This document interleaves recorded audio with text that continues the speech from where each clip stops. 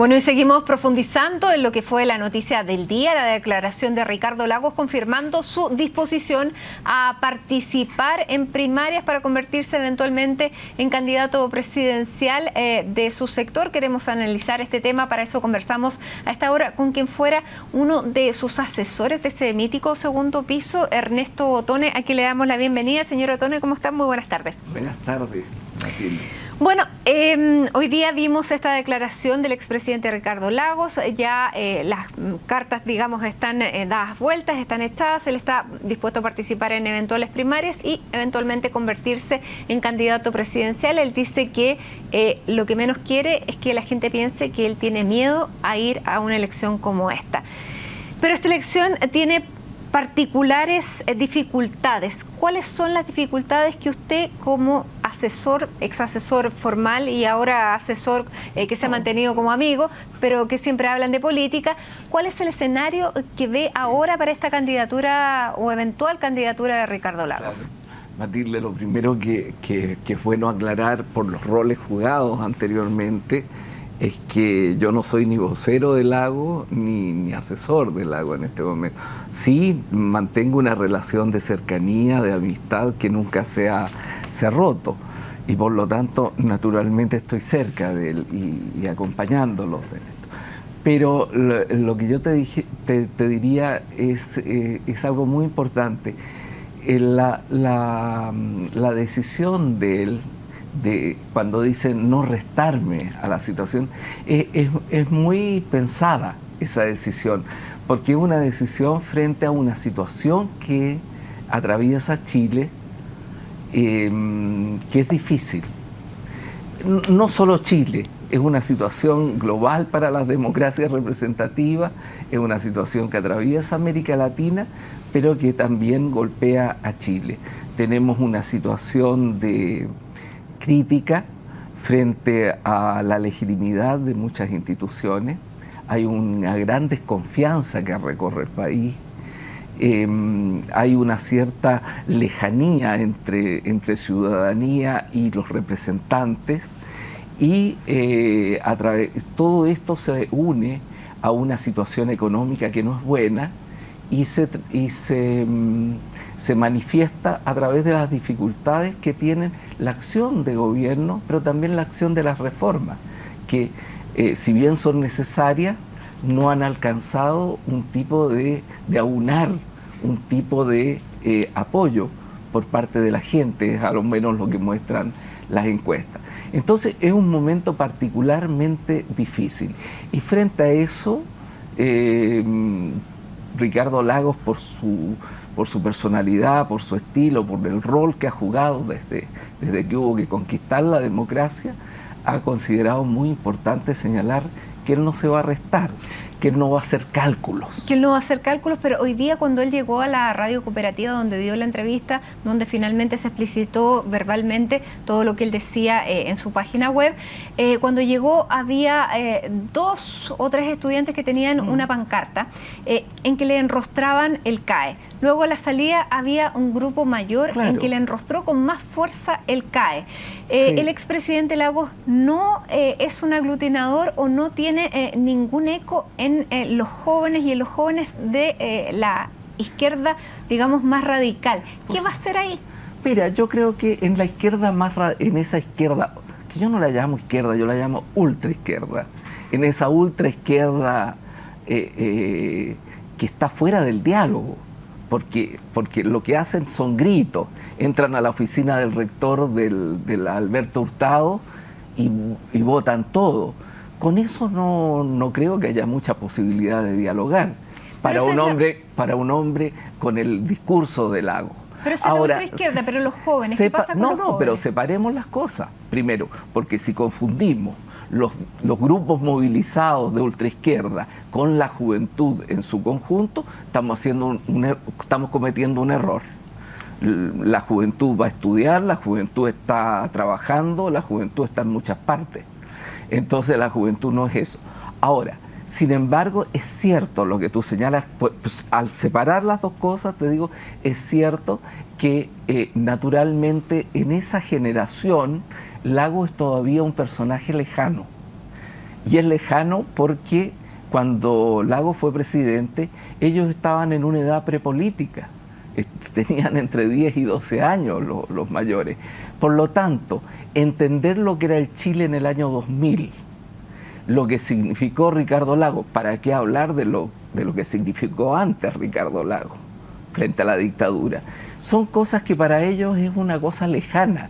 Ellos respiran de la democracia, ¿Y qué es lo que de la pretende libertad. hacer Ricardo Lagos para acercarse? ¿Quiere acercarse a ese Bueno, grupo? yo creo que naturalmente, en la medida que sectores de la juventud, no te digo estos sectores de la ultra, porque esos sectores de la ultra no les interesa este discurso, pero sectores de la juventud vean que Ricardo Lagos no está pensando en el pasado, sino que yo creo que es el hombre político hoy día en Chile que tiene un pensamiento más avanzado hacia el futuro. Ricardo Lagos está viendo el Chile de 20 años más. Ricardo Lagos, por supuesto, están los temas que están en el debate. Constitución, él ha jugado un papel ahí, muy interesante. Pero muchos dicen se va a reformar la propia Constitución que él firmó. No, pero oye, si la propia Constitución que él firmó es una medalla. Cuando se hace una crítica diciendo que lo que hizo fue poco, pero si lo que hizo fue mucho. Imagínate que no habían en aquella Constitución, habían senadores designados, los comandantes en jefe se iban cuando querían, el Consejo de Seguridad Nacional podía ser citado no por el presidente de la República, o sea, era una Constitución con cojera democrática. Lo que hizo Lagos fue avanzar en ese sentido, incluso sacó el sistema electoral de la Constitución. No tenía fuerzas para hacer más.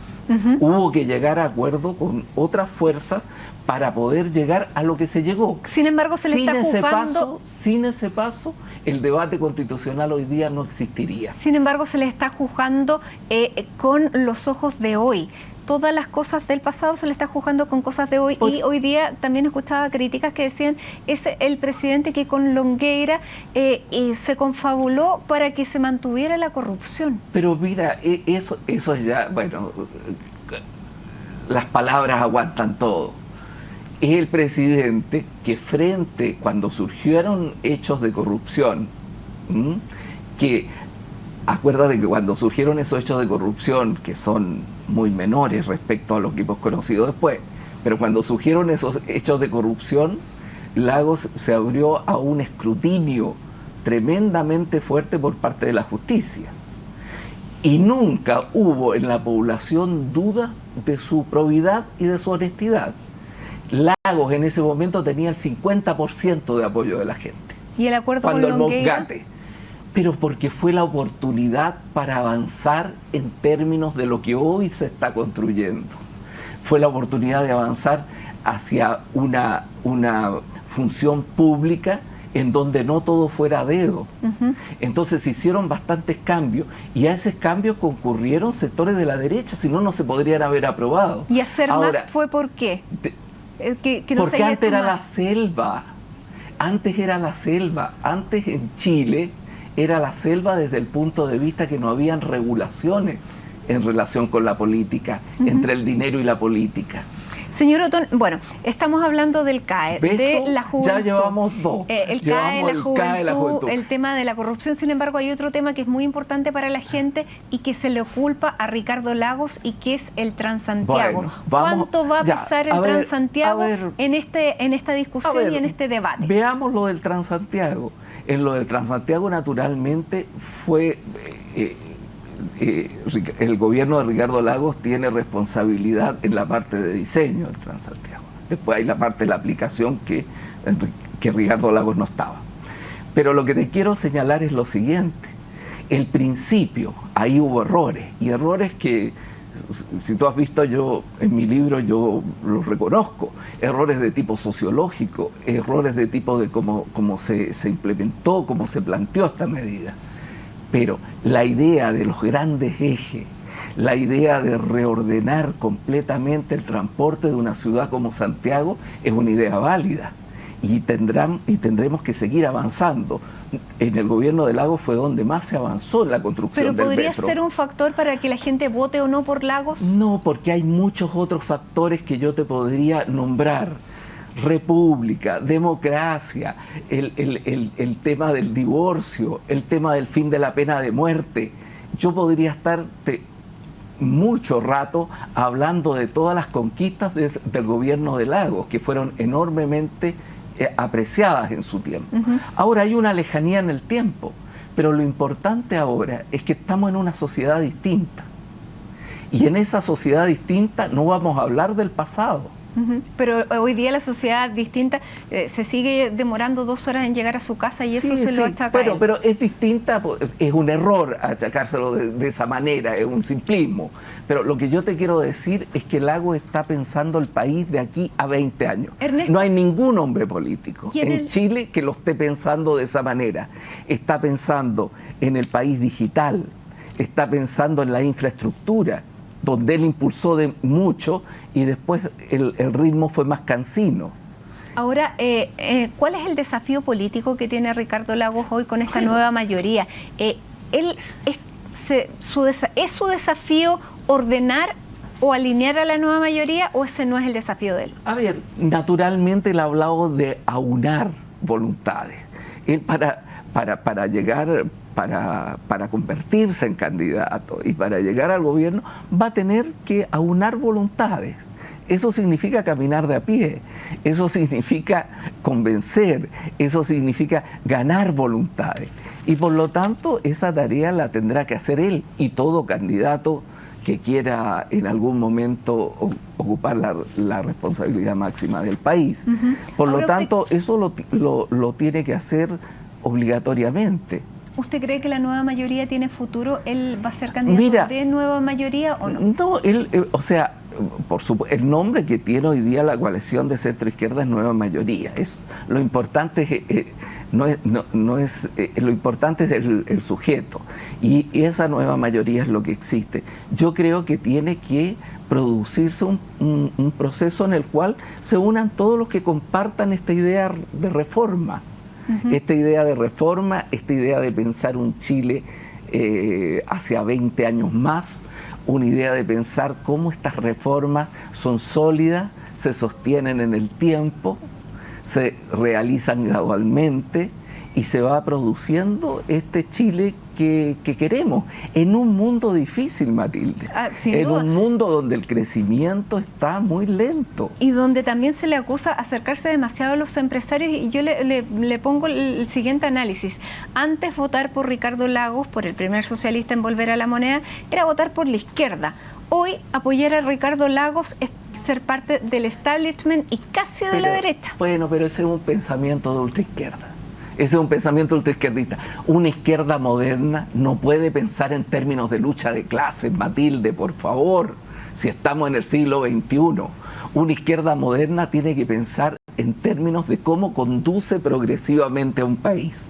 Y en ese país están los trabajadores, están los estudiantes, está la cultura, está la ciencia, está el arte y están los empresarios, y los empresarios son una parte importante de todo eso. Entonces, Lagos no es, se le acusa de, menos mal que Lagos consideró también a los empresarios. Él no fue un gobierno proempresarial, fue un gobierno pro Chile, fue un gobierno pro crecimiento de Chile, y Chile logró salir de una tremenda crisis, que fue la crisis que comienza en 98, gracias a que hubo un gran esfuerzo en la economía chilena y gracias a que se pudo, cuando América Latina, Matilde, tú te recuerdas, se caía a pedazos en el 2001, en Argentina saltaban los camiones con carne, en Chile crecíamos al 2,7%. Entonces, de lo que se trata es de eso, y eso significa abrirse a todos los sectores de la sociedad. Ernesto, con esta decisión que hoy explicita Ricardo Lagos, ¿se le pone la lápida al gobierno de la presidenta Bachelet? Pero de ninguna manera. Los gobiernos tienen que gobernar hasta el último día que tienen que gobernar. Y por lo tanto, las tareas de este gobierno, que son muchas, tendrá que enfrentarlas hasta el último día. Pero lo hacen en un escenario en que hoy día la presidenta alcanza su mínimo histórico en una Dinamarca. Yo creo que es muy importante leer, escuchar, tomar en cuenta lo que está pasando, de tal manera que esas cifras se puedan revertir, que esas cifras puedan mejorar mucho de eso. Pero esa es tarea del gobierno. La tarea de alguien que está haciendo una propuesta hacia el futuro es señalar el futuro. Y por lo tanto Ricardo Lagos tiene que abocarse a eso, en mi opinión. Y la última pregunta, porque dentro de su mismo partido genera división. Por ejemplo, el senador Guido Girardi ya ha planteado que es una figura del pasado. El diputado Tuma ha dicho que sí, que es bueno que surja una figura presidencial, que él también lo es. ¿Cómo se explica entonces este surgimiento? Tarut, creo, ¿no? Tarut, sí, perdón. Le he dicho Tuma todo el día. El diputado Tarut. No hay consenso dentro del partido y él hoy día hace este anuncio donde el presidente del partido, Navarrete, dice que el partido tampoco sabía que él lo iba a hacer. Bueno, mira, eso se tendrá que ir viendo por el camino. Es decir, aquí lo que hay es la decisión de un hombre. Es la decisión de un hombre que tiene una historia, que tiene un prestigio, que tiene un rol en Chile y que tiene un rol en el mundo. Bueno, ese hombre se pone a disposición de los chilenos. Se tendrán que ver las fuerzas afines, sus propios partidos, digamos, cómo se van a ir produciendo. Él ha señalado dos cosas muy concretas, que él está dispuesto a ganar o a perder. Si sus ideas no tienen, no son aceptadas, no podrá llegar a puerto. Él ha dicho también que ganó una primaria y perdió otra primaria, por lo tanto no tiene problemas con las primarias, inauguró las primarias. Entonces él tendrá que recorrer un camino y esos partidos, esas fuerzas tendrán que recorrer ese camino. Veamos lo que eso da. Bueno, estamos en el punto inicial, así que hay mucho por ver todavía. Ernesto Otón, muchísimas gracias por estar con nosotros, autor del libro El Segundo Piso. Vamos a analizar también con él después este libro y si va a haber otro segundo piso, así que gracias. Gracias.